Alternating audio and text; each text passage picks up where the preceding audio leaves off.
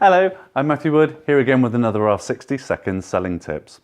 Now, this one is going to be a particular challenge if you've got children. I do understand that very much, but it is one that is, I wouldn't say a bugbear, but it's certainly something we see a lot of and we do get mentioned to by viewers.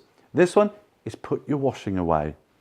I know it's difficult, especially if the weather's not good or the kids are off school in the holidays, but having your radiators covered with washing, hanging off the backs of chairs, the exercise bike that hasn't been used for a while, we've all got one that sits in the corner with our washing drying on it. Let's get the washing put away. It only needs to be for the period of the viewing, pop it in a basket, stick it in the airing cupboard, and it's disappeared for the moment.